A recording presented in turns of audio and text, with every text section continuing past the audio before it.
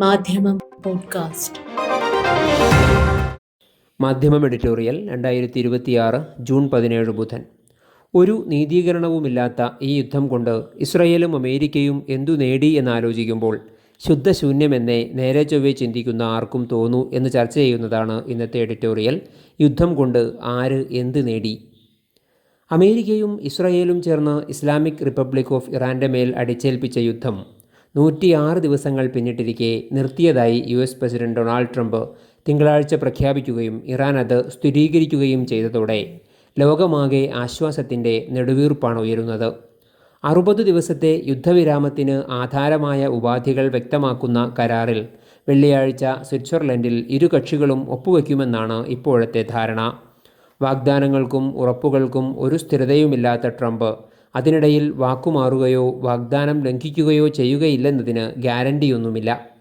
യുദ്ധം ആർക്കു വേണ്ടിയാണോ അമേരിക്ക ഏറ്റെടുക്കേണ്ടി വന്നത് ആ രാജ്യം കരാർ അംഗീകരിച്ചില്ലെന്നു മാത്രമല്ല, പ്രധാന വ്യവസ്ഥയായ ലബനാനു നേരെയുള്ള ആക്രമണം അവസാനിപ്പിക്കുന്നതിന് തീർത്തും എതിർപ്പാണ് അറിയിച്ചിരുന്നതും.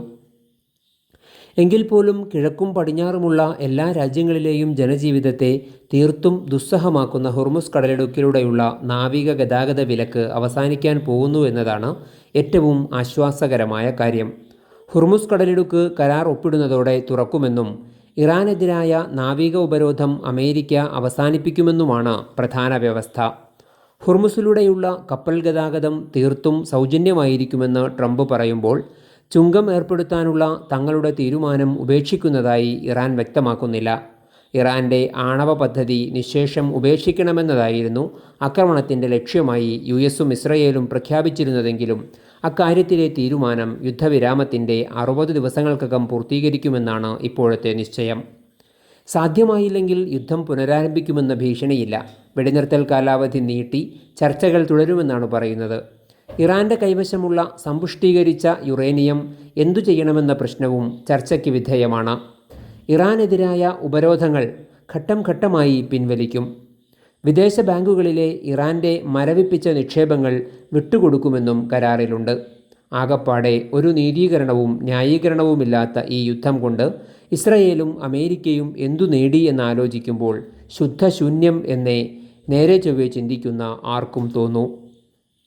ദിവസങ്ങൾക്കകം ഇറാൻ്റെ സാമ്പത്തിക സ്രോതസ്സുകളും സൈനിക ശക്തിയും തകർത്ത് ഭരണാധികാരികളെ വകവരുത്തി ജനങ്ങളിൽ ഒരു വിഭാഗത്തിൻ്റെ പിന്തുണയോടെ പുതിയൊരു പാവ സർക്കാരിനെ തെഹ്റാനിൽ കുടിയിരുത്തുമെന്നായിരുന്നല്ലോ സയണിസ്റ്റ് രാജ്യവും യാങ്കി തലവനും ലോകത്തോട് പറഞ്ഞുകൊണ്ടിരുന്നത്. ഉപരോധം മൂലം തകർന്ന് സാമ്പത്തിക പ്രതിസന്ധി സൃഷ്ടിച്ച രൂക്ഷമായ വിലക്കയറ്റവും റെക്കോർഡ് ഭേദിച്ച നാണയപ്പെരുപ്പവും ലോകരാജ്യങ്ങളുടെ നിസ്സഹകരണവും മൂലം കടുത്ത പ്രതിസന്ധിക്കിടെ കാലഹരണപ്പെട്ട ആണവ ശേഖരവുമായി ഇറാന് എങ്ങനെ പ്രതിരോധിക്കാനാവുമെന്ന കാര്യത്തിൽ ലോകം പൊതുവെ സംശയാലുക്കളായിരുന്നു. അതൊക്കെ തന്നെയാണ് 200ഓളം കുട്ടികൾ പഠിക്കുന്ന സ്കൂളിനുമേൽ ബോംബിട്ട് പിഞ്ചോമനകളെ മുഴുവൻ ചുട്ടുകരിച്ചുകൊണ്ട് ആരംഭിച്ച മൃഗീയ ആക്രമണം ദിവസങ്ങൾക്കകം ലക്ഷ്യം നേടാനാവുമെന്ന ആത്മവിശ്വാസം യാങ്കി സയനിസ്റ്റ് കൂട്ടുകെട്ടിന് നൽകിയത്. പക്ഷേ 3 മാസങ്ങൾക്കകം അമേരിക്കൻ ജനത ഉൾപ്പെടെ ലോകത്തിനാകെ ബോധ്യപ്പെട്ട സത്യം പിടിച്ചു നിൽക്കാൻ മാത്രമല്ല, ശത്രുക്കളെ അടിയറവ് പറയിക്കാനുള്ള ശേഷി ഇറാനുണ്ട് എന്നതാണ്. ഇതിനകം അമേരിക്കയുടെയും ഇസ്രയേലിൻ്റെയും ഉറ്റ ബന്ധുക്കളായ യൂറോപ്യൻ രാജ്യങ്ങളുടെ മാത്രമല്ല, മഹാഭൂരിപക്ഷം രാജ്യങ്ങളുടെയും അനുഭാവം നേടിയെടുക്കുന്നതിലും ഇറാൻ വിജയിക്കുന്ന കാഴ്ചയാണ് കാണാനാവുന്നത്. റഷ്യയും ചൈനയുമടങ്ങുന്ന ലോകശക്തികളാവട്ടെ പരസ്യമായി തന്നെ ഇറാനോടൊപ്പം നിന്നു. തങ്ങൾ ആണവായുധങ്ങൾ നിർമ്മിക്കുകയില്ലെന്ന് ഇറാൻ നേരത്തെ ഉറപ്പു നൽകിയിരുന്നതാണ്. എന്നാൽ ഊർജ്ജ സ്രോതസ്സായി യുറേനിയം സമ്പുഷ്ടീകരിക്കാനുള്ള അവകാശം മറ്റെല്ലാ രാജ്യങ്ങൾക്കുമെന്ന പോലെ തങ്ങൾക്കുമുണ്ടെന്ന നിലപാടിൽ നിന്ന് ഇറാൻ ഇപ്പോഴും പിൻവാങ്ങിയിട്ടില്ല. ഒരേ സമയം ട്രംപുമായും ഇസ്രയേലുമായും ഇറാനുമായും ഉറ്റ സൗഹൃദം പുലർത്തുന്ന രാജ്യമാണ് ഇന്ത്യ എന്ന് പ്രധാനമന്ത്രി നരേന്ദ്രമോദി അവകാശപ്പെടാറുണ്ട്.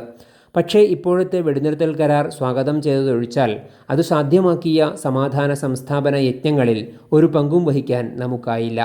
എണ്ണ, പ്രകൃതിവാതക വസ്തുക്കളുടെ ലഭ്യത തടസ്സപ്പെട്ട് ദേശീയ ജീവിതത്തെ ഗുരുതരമായി ബാധിക്കുകയും വിലക്കയറ്റം രൂക്ഷമാവുകയും ചെയ്തിട്ടും സംഭവഗതികളെ നോക്കി നിൽക്കാനേ നമ്മുടെ സർക്കാരിന് സാധിച്ചുള്ളൂ. അതേസമയം സാഹചര്യങ്ങളിൽ നിന്ന് മുതലെടുത്ത് മധ്യസ്ഥ റോളിൽ രംഗത്തിറങ്ങാനും യുദ്ധവിരാമ കരാറിൽ കക്ഷികളെ ഒപ്പുവെപ്പിക്കുന്നിടത്തോളം മുന്നോട്ട് നയിക്കാനും കഴിഞ്ഞതിൻ്റെ ക്രെഡിറ്റ് നേടിയെടുത്തു പാകിസ്ഥാൻ. മോദി സർക്കാരിൻ്റെ കടുത്ത നയതന്ത്ര പരാജയമായി പ്രധാന പ്രതിപക്ഷം ഇതിനെ കുറ്റപ്പെടുത്തുമ്പോൾ തൃപ്തികരമായൊരു വിശദീകരണം നൽകാൻ ഉത്തരവാദപ്പെട്ടവർക്ക് സാധിക്കുന്നില്ല. അടുത്ത തെരഞ്ഞെടുപ്പിൽ വീണ്ടും പ്രധാനമന്ത്രിയായി തിരഞ്ഞെടുക്കപ്പെടുമെന്ന് പോലും ഉറപ്പില്ലാത്ത ബെന്യാമിൻ നെതന്യാഹുവിനെ ഇത്രമേൽ കൂട്ടുപിടിക്കാൻ മാത്രം ഇന്ത്യയുടെ ദേശീയ നേതൃത്വത്തിനുള്ള കടപ്പാടിൻ്റെ അന്തർധാര ദുരൂഹമാണെന്ന് പറയാതെ വയ്യ.